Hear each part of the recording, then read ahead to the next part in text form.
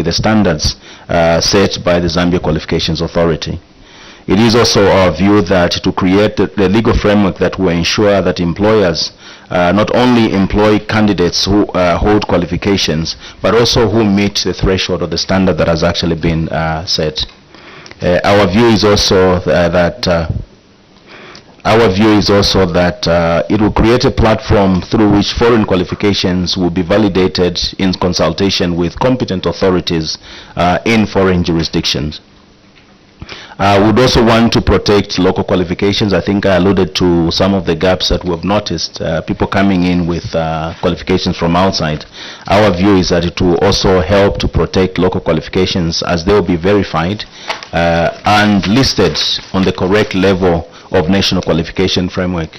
Our view is that our qualifications are just as good. We'll give an example. Our diploma as Zambia Institute of Marketing is mapped neck to neck with the Chartered Institute of Marketing of the United Kingdom. And what has given us that level of validation is we've had to go through some mapping, which was done by our colleagues in the UK. With this, our view is that other professions may not be in a position to do that, but through ZAQA, it makes that much easier, and therefore even our professionals can be accepted outside of this country. The bill will also help to increase the number of accredited qualifications to meet the aspiration of ZAQA. Our understanding is at the moment there is something around 400 qualifications out of 1,300 qualifications that are offered in the country. Only 400 actually have been accredited. So our view is that with this amendment and allowing ZAQA to be able to do that accreditation, it will help to increase the number of professions from the current 400 to around about 1,300, which is the aspiration. And by allowing learning institutions to directly seek accreditation and validation from ZAQA, it is anticipated that this will help reduce the cost of on the part of the learning institutions. I'm sure you know at the moment you go through the aspect of the Higher Education Authority and then you go to ZAQA where there is a cost on both sides. So our view is that it will help us in terms of being able to reduce the cost associated with accreditation. In our view, Chair, by right now, in our assessment, because you're dealing with Higher Education Authority and you're also dealing with ZAQA at the same time, and in all those areas, there's a payment that needs to be done. But the both institutions are still in existence. Correct. So, correct. Go ahead. Okay, thank you. In view of the above, the Zambia Institute of Marketing is in support of the amendment, Chair, and we'll be happy to take any areas of question or clarification. We'll be more than happy to clarify. I submit. Thank you. You concentrated, I don't know, you didn't really talk about the amendments themselves, but it's fine. You should have really also talked about the amendments to see here. Because it had come the other way, now they're amending to see what value they're adding. Would have loved to learn about that as well. But however, that is fine. Members of Parliament, you are free to now ask questions or seek clarifications. I expect especially that question of the private sector versus public, since these are from the private sector, to hear their reaction. Thank you.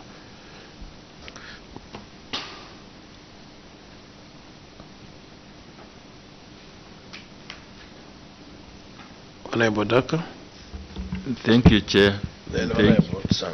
Thank you, witness. There is a pressing issue here where we have been briefed or told that this law or this amendment that we are about to enact, it is not for you private sector, but it's for the public. Now we are trying to find out, how do you feel making a law for one sector and leaving you out? Because you and me, I know you are benefiting in one way or the other, but this law is not for you. And Chair, the other question that I also want to find out is, there is also a penalty that is being proposed in this same bill, that if you enroll a person with the fake qualifications or with fake ZACWA, you still be penalized also. I don't know how you look into that one. I submit, Chair. Okay. Can I have another question? Honorable Song, yeah. Grateful, Chair. Thank you very much. Chair, first, just an observation. I thought we were going to have an opportunity to correct the Zambia Institute of Marketing presentation. Because if you see their title, it refers to a document we're not looking at. It refers to ramifications of Education, Science and Technology Amendment Bill. We're actually looking at the ZACWA bill. So I thought they could just have seized the opportunity to correct that impression. But the question I have for the witnesses is that, among other things, this statute intends to introduce a new national qualifications framework where accreditation is going to be directly, and the ZACWA is going to superimpose itself in the field insofar as dealing with qualifications is concerned. Having examined this bill, what would be the role of Zambia Institute of Marketing within this proposed framework? And are you happy with the role you're going to be taking as stakeholders in the framework? Thank you, Chair. Thank you. Maybe we can answer those two. Okay. The three, I think, is it for the private, public or private sector? I believe it's cross-cutting. As a professional body, we regulate professionals both within the private as well as the public sector, and therefore it is equally applicable to the Zambia Institute of Marketing. With regards to the penalty being proposed, we ought to be able to have some level of sanity, and what is applicable to Zambia Institute of Marketing will be applicable to the legal fraternity. It will be applicable to the HR area. It will be applicable pretty much to all the professional bodies, and therefore I think it's important to have some form of deterrent with regards to hiring people who are coming with falsified qualifications. And I know that in certain professions they have a very strong enforcement capability that allows them to be able to follow through and make sure that you are not hiring imposters. We can look at the health practitioners, for example. That's an area where you can't take the risk of having somebody with fake qualifications operating as a surgeon. And in this particular case, our view is that such penalties are needed. However, I think it's important that before the implementation of the same, there has to be some period of outreach, which in our case we've been able to do even with regards to our profession, to give time people to be able to understand and familiarize themselves in terms of the implications. However, with that, Chair, Honorable Daka, we do agree that I think it's important to have some form of punitive measures so that we can create some level of sanity in the industry. Just a follow-up before it goes into answering Honorable Sanga's question. Where are you getting that allusion that it's cross-cutting? Because this bill we are discussing on 29, it is saying to be employed or appointed in a state organ or state institution, not you private sectors. Okay. So how do you put yourself into the bill that is not talking about you? We regulate professionals both within the public as well as the private sector. Case in point, the CEO of Zambia Tourism Agency is a member of the institute. We've had tourism attaches being deployed out of this country who are working as tourism attaches who are members of the Zambia Institute of Marketing. We're having some engagement with government to ensure that even when they are deploying trade attaches, they need to give some consideration. So like I said, I think it's a cross-cutting issue. It looks as it secures our interests as well as the Zambia Institute of Marketing. Yeah, but like I said, I don't think you really looked at this bill from where he's asking, and that's why even here, that's why Honorable Sanga questioned on Education, Science and Technology instead of saying ZACWA. Yes. Yeah, I think what he's trying to say is that the punishment, they want the public sector to be the ones who will be taking these punishments. What happens in the private sector, according to this bill, they are not really, it doesn't apply. No, so the question is, because what the bill is saying, it is going to be punitive to those who are in the public sector. But those who are outside, no. So this is what he's asking. So what is your comment on where they want only one section? But you are saying because you do your work with private sector and also public. So I don't know where you are counted in, but of just the bill targeting the public sector.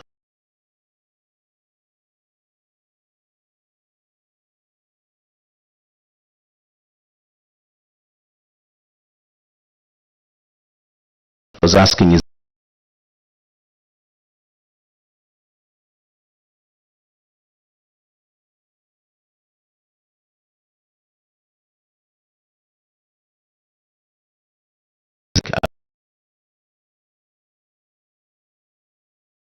instead of marketing.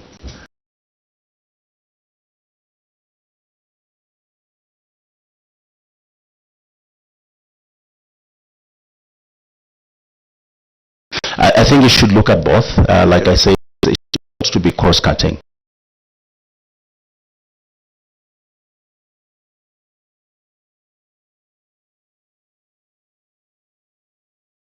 Ministry of Marketing is the regulator of marketing in the country.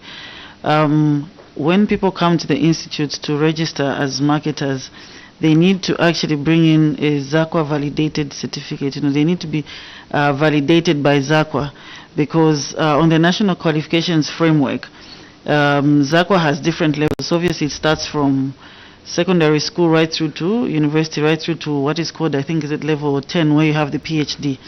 So when people apply, whether they are coming from private sector or public sector, they must give us that certification to say that yes, their qualification is approved by the Zambia Qualifications Authority. So yes, as the ZIM president has said, that it should be cross-cutting, because even as we practice right now, we actually do follow the ZACWA Act. I submit. Thank you. Members of Parliament, any other questions? Yes. I think the Honorable Tsang had raised, as I think just as our CEO has mentioned, we also subscribe to the National Qualification Framework, and we have a contribution in terms of what happens. So in the development of the framework, ZIM is, all the institutions that provide exams are also engaged. So in terms of the changes, the amendments that happen, ZIM is also part of those changes. Thank you. Any other questions? Yes, Honorable Chair, just for clarification, so were you consulted at the time this draft was being considered by ZACWA? Yes, Chair, yes. Any other questions? No questions, Mr. Silongwe? Took long in the car. We were told we were in the car park. We thought you'd be here on time. Yeah, getting to park is a nightmare. You just have to make a plan. But I managed, thank you. No questions so far, Chair. Yeah, because Parliament, we are very particular with the time. They shouldn't have written you here. The decorum here is very, very time-keeping. Presence is very important. Yeah, if we call for a meeting and within 10 minutes the quorum is not formed, the meeting will not take place. And we maintain that. It's a house of laws. Indeed. Thank you. Thank you. Thank you very much for coming. And now that we have come to the end of your submission, I will remove the immunity cap 12. Thank you very much for your submission and for coming and for, yeah, thank you.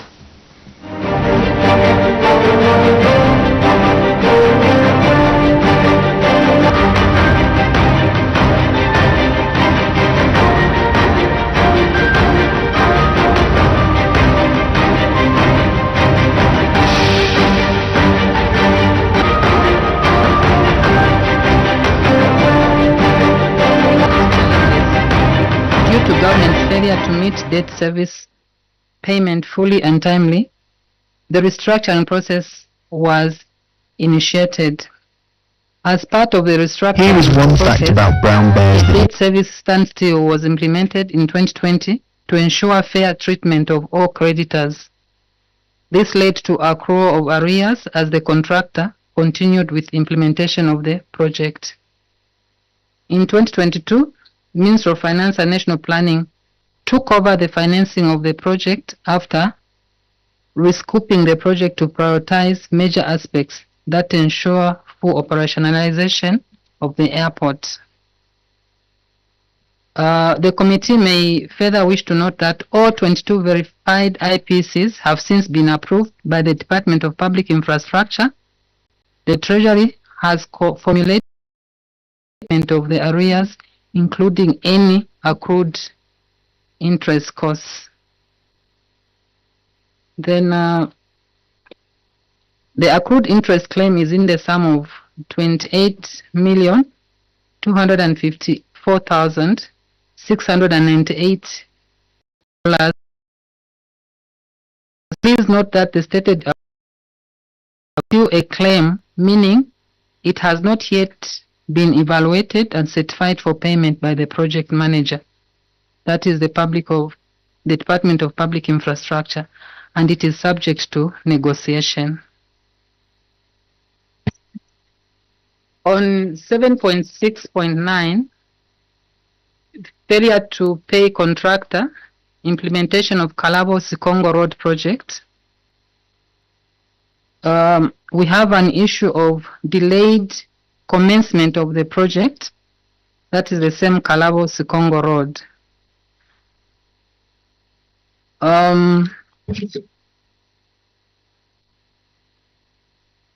Chair, I wish to mention that the auditor's observations were noted, and the committee may wish to note that the agency attempted to accelerate the works integrated construction unit, that is ICU, similar to design and build, so that road works would commence in June 2011.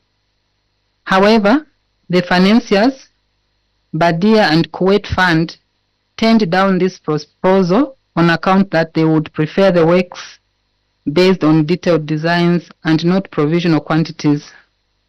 There's a letter dated 17th June 2011 from Minister of Finance.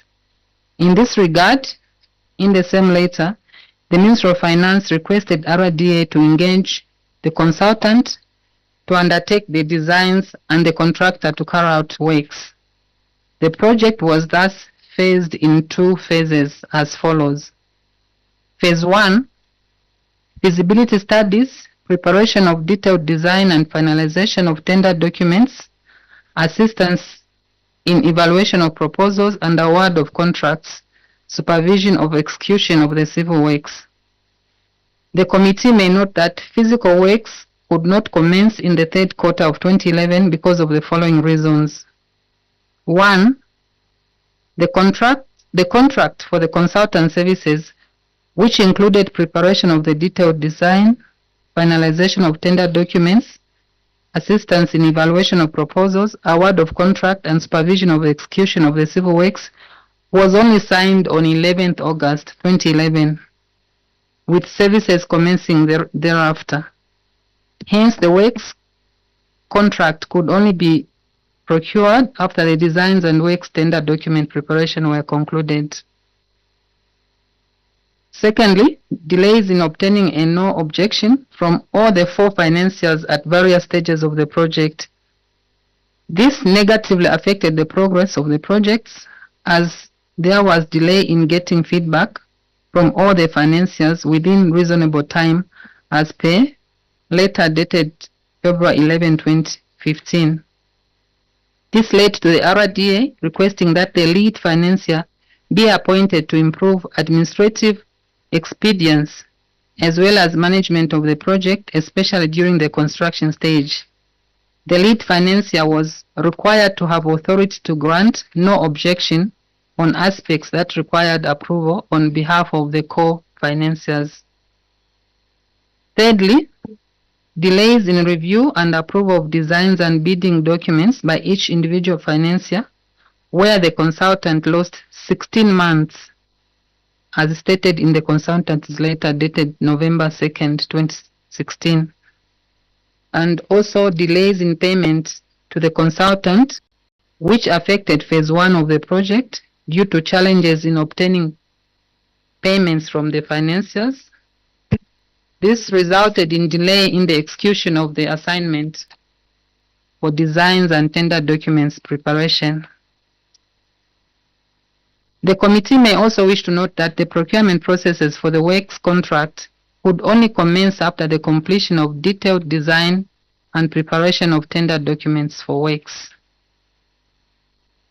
Chairperson, phase 2 involved civil works for the construction of 85 kilometers road for Kalabo-Sikongo. And we have an issue of waste for expenditure.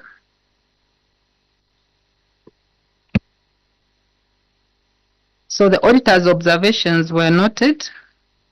The committee may wish to note that the expenditure went towards the preliminary and general items, supply of materials on site, such as culverts, as well as the executed clearing and grubbing works, installation of culverts and earthworks. Further, other payments went to contractual obligations which were not part of the billed items, such as advance payments, interest on delayed payments, and price adjustments.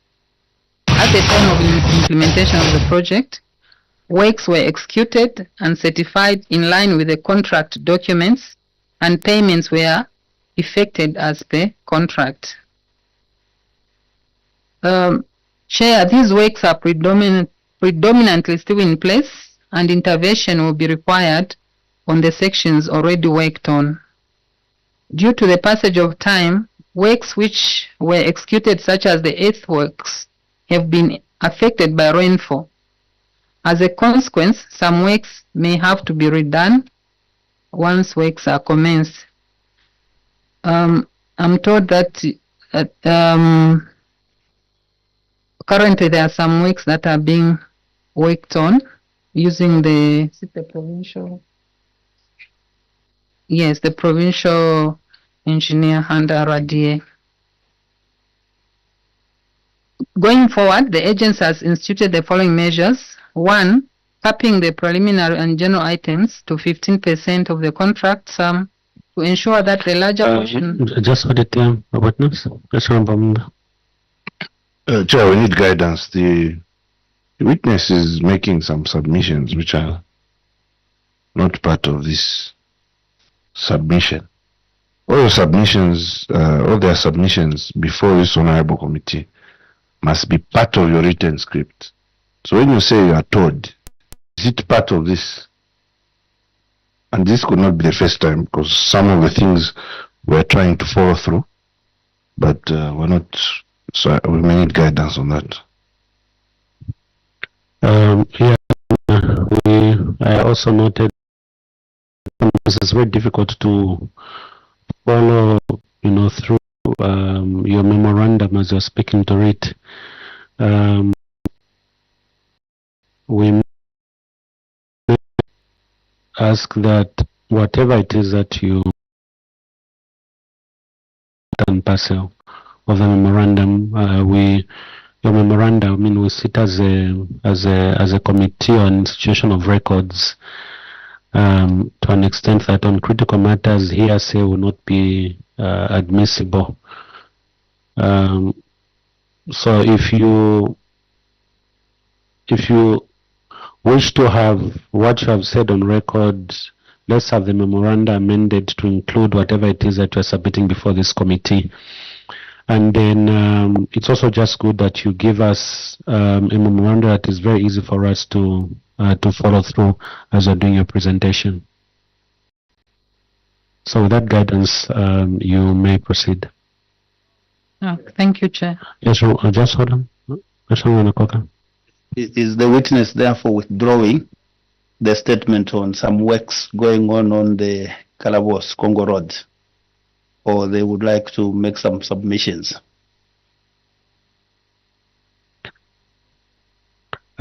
Thank you, Chair. I may withdraw. Over to you. Over to you. Or withdrawn. Thank you. Thank you. Apart from this submission I've withdrawn, I wanted to find out whether what I've presented is what the committee members have. Yes. Thank you Yes. so much. Please proceed. Thank you. Then on C, we have failure to release advance payment and pay certified IPCs on Kalabos Congo Road project.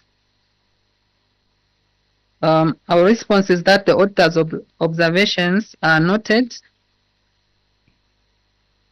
Payment of the advance and interim payment certificates were delayed due to the following. 1. Challenges in the disbursement of funds by the financiers that included the government of the Republic of Zambia, the